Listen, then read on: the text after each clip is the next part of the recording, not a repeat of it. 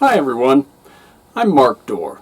Thank you for inviting me to the Scientific and Methodological Center of Innovative Technologies. I appreciate being part of this conference, and I'm sure it's wonderful. Lately, I've been exploring something called spaced learning. Let me show you why it's interesting. It's research that's in neuroscience, and it affects teaching. It certainly can have a big effect on teaching. And I'm finding more and more ways to use it. If any of you have been a part of my trainings before, you know that I'm always saying to learn about the brain. Because after all, as teachers, the brain is the machine we're working with. And this has to do with part of that. Probably all of us have packed a lot of information into a class as a teacher. Or maybe as a student, we pushed a lot of information into our heads right before a test to try to pass it. But is that the way to keep the knowledge long term? For most people, the answer to that is no. Without repeated exposure, memory fades away. In fact, according to a 19th century psychologist named Ebbinghaus, it fades away very quickly.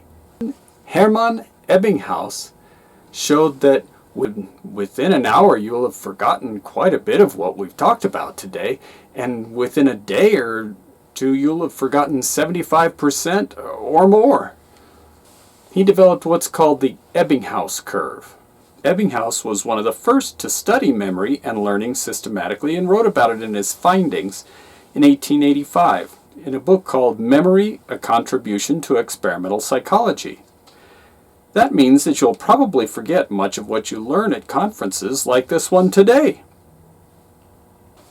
It also means that your students will probably forget much of what they have learned. This and other research continues to show us that just cramming a lot of information into students' heads and moving on, maybe having a test and then moving on, really doesn't keep things in the students' brains long term very well. But the good news is that there's a body of evidence that indicates that by spacing out learning, you can actually increase the chances of memory staying long term. And this has been shown to work in a variety of subject areas. Language learning, business, all kinds of things, medicine. Spaced learning comprises of breaking a long course into shorter pieces that you return to. If you're familiar with spiraling is part of it, where you learn something at one point in the course and then you make sure to bring that back again and again. But this happens, it can happen over a longer time, but it happens often even within the space of one class. What isn't worked with, what isn't learned more than once is forgotten quickly. But spaced repetition can enhance long-term retention by around 200%. Now you need to look at the research yourself, but it's interesting to think about. Now repetitions need to be spaced for optimal effect, sort of like spiraling. If information is repeated too frequently or infrequently, retention and recall will fail. In this case, we will have to start the learning process all over. But when the material is repeated at strategically spaced intervals, the brain reconstructs the memory and reinforces it in the process. See, these time intervals between multiple learning sessions allow the brain to recover between repetitions and enhance the learning. So what does that mean in a classroom or in an online class? If you're using spaced learning, your learners are presented with a concept or a learning objective and allowed a period of time to pass, whether it's minutes, days, weeks, months, and then presented the same concept again. This could involve a few repetitions or many repetitions, depending on the complexity of the subject. This is why spaced learning exercises are separated by breaks.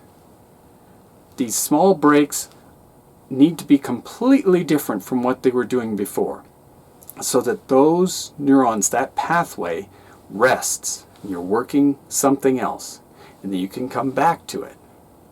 So learners will feel reduced mental exhaustion, and they're more likely to assimilate the information that they're learning. Learning like this can also be more interesting. It's using the brain, using the machine up here in a way that's very different from a traditional classroom. At first it may seem like you're wasting time because you're taking time out to do something else, something different.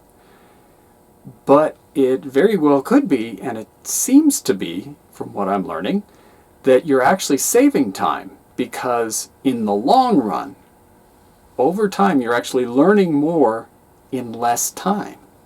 And then once it's learned, the learners can access it later, rather than simply a classic problem of learning something for a test, for example, and then a week later they can't remember most of it. So how do you do this? Well, you build it into your course design. You have to think ahead, of course, on it. You need to keep it brief. Actually, there are some studies indicating that 3 to 5 minutes is the optimum amount of time to be using the brain at one time. So maybe 3, maybe 5, maybe 10 minutes. Then you keep repeating the information in different contexts, especially. You can simply repeat it the same way, but it's better to have perhaps a lecture one time, perhaps students working together on a problem another time, perhaps assessing another time, different things like that. But it's very important to take those breaks. A class, a typical spaced learning class that's, say, 50 minutes, would have 3 10-minute sessions of work, spaced with 2 10-minute sessions of doing something very different. Could be drawing, could be singing, could be all kinds of things. But it just has to be very different kind of activity. Now, I'm interested in the idea. I'm wondering sometimes if you could, in that spaced time, put something else that they're trying to learn. It seems, from what I'm reading, that they really need to rest the brain more in the middle of all that. But I wonder sometimes when we talk about a multilingual classroom or learning English for a certain subject, like English for STEM, English for law, English for diplomacy, maybe it could work. I don't know, but it seems like that might not be. And quizzing. A quiz assessment. Quiz of the current information and include past information so that it shows up again. It spirals back into their world. Instead of a quiz on chapter 4, have chapter 4, but also 3 and 2 and 1 in there. And like in any class, build on past experiences, have multi-sensory experiences, all of that. There's even software that goes along with this called SRS software, or spaced repetition software.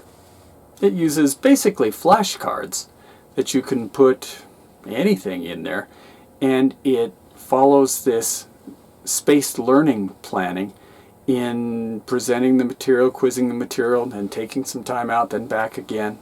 Several that are out there are Anki, A-N-K-I, Fluent U, and SuperMemo. I'm not being paid by any of these. These are just several that are out there, and you might want to take a look at them. Spaced learning could also be something to help learners retain memories after a one-off event, such as a conference like this. This is a one-off event. Maybe afterward, if there was spaced learning involving what's being learned in this conference, the teachers and those others involved might retain the information better. I've included a few resources, but there are many, many more. So that's the idea of spaced learning. I think it's fascinating to think of the potential for it, And I'm curious what we might be able to do with it. Good luck with figuring that out. And I hope it helps your class. All the best.